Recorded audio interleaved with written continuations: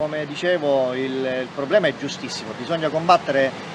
questi portoghesi, bisogna combattere l'evasione al non acquisto del biglietto, bisogna dare sicurezza a chi cammina all'interno dell'autobus, ma è anche giusto che in un tempo particolare come quello in cui Catania sta vivendo di crisi economica bisogna ottimizzare le forze. Le partecipate sono tante, c'è la possibilità in sinergia con la stessa Sostare e la stessa Multiservizi e altre partecipate del Comune di arruolare, uso un termine un po' particolare, arruolare guardie giurate all'interno, perché non ha senso diminuire i costi, diminuire gli stipendi agli addetti di Sostare, agli addetti della Multiservizi, ad altri componenti delle varie partecipate e assumere 15 guardie giurate. Giustissimo l'iniziativa, ma è anche giusto equilibrare le forze all'interno delle stesse partecipate. Bisogna avere un minimo di coraggio, come dicevo l'altra volta,